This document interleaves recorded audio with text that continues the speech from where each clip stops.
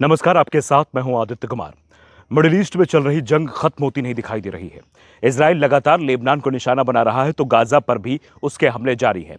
Gaza को खंडहर में तब्दील कर दिया है और अब इजराइल की तरफ से कहा जा रहा है कि लेबनान का हाल भी गाजा जैसा ही होगा। दावा तो यहां तक किया जा रहा है कि इजराइल फिलिस्तीन और लेबनान की जितनी जमीन पर कब्जा कर चुका है, अब वो उन्हें छोड़ने वाला नहीं है, बल्कि यहां वो यहूदियों की बस्तियां बसाने की योजना पर भी काम शुरू कर रहा है। लड़ाई खत्म होने के बाद कब्जा की गई जमीन पर यहूदियों की बस्तियां बसाई जा सकती हैं और इसके लिए इजराइल यूएन को भी आंख दिखाने की तैयारी में है। इजराइल के प्रधानमंत्री बेंजामिन नेतन्याहू तो साफ कर चुके हैं कि जो हाल हमने गाजा का किया है वही हम लेबनान का भी करेंगे और लेबनान उस तरफ बढ़ता भी दिखाई दे रहा है। लेबनान में इजराइल के ग्राउंड अटैक हो रहे हैं जिसमें लेबनान को जबरदस्त नुकसान हो रहा है। यूएन शांति सैनिक भी इजराइल के निशाने पर आ चुके हैं। ये लड़ाई अब बढ़कर ईरान तक पहुंचती दिखाई दे रही है क्योंकि इजराइल का दावा है कि लेबनान के साथ चल रही लड़ाई में ईरान लेबनान को हथियारों की सप्लाई कर रहा है। ईरान से मिले हथियारों की मदद से ही हिजबुल्लाह इजराइल पर पलटवार कर रहा है।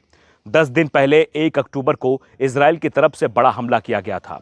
करीब 200 मिसाइलें इजराइल पर ईरान की तरफ से दागी गई थी और इसके बाद इजराइल ने ईरान पर भी हमले की चेतावनी दी थी और अब कहा जा रहा है कि अमेरिका ने भी शुरुआत आनाकानी के बाद इजराइल को ईरान पर हमला करने को मंजूरी दे दी है, जिससे ईरान के होश उड़े हुए हैं। वैसे तो ईरान को लड़ाई में रूस और चीन की तरफ से सीधी मदद का भरोसा मिल चुका है, लेकिन यह साफ है कि ये देश सिर्फ हथियारों से मदद देंगे, बाकी का काम ईरान को खुद ही करना होगा।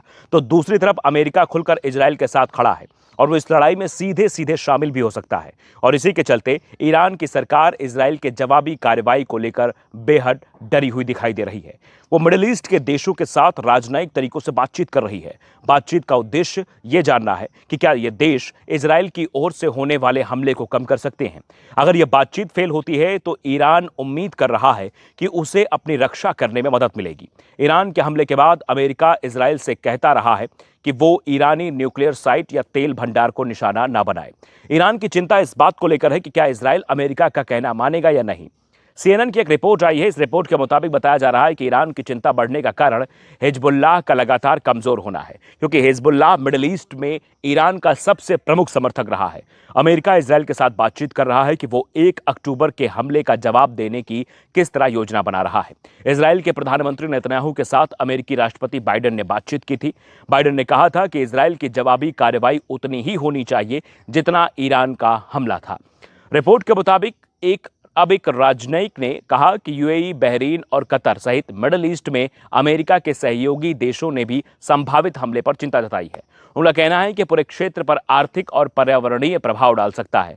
बाइडेन प्रशासन इस बात को लेकर चिंतित है कि इजराइल और ईरान के बीच का संघर्ष एक बड़े क्षेत्रीय युद्ध में बदल सकता है। मजबूरी में अमेरिका भी इसमें खिंच सकता है।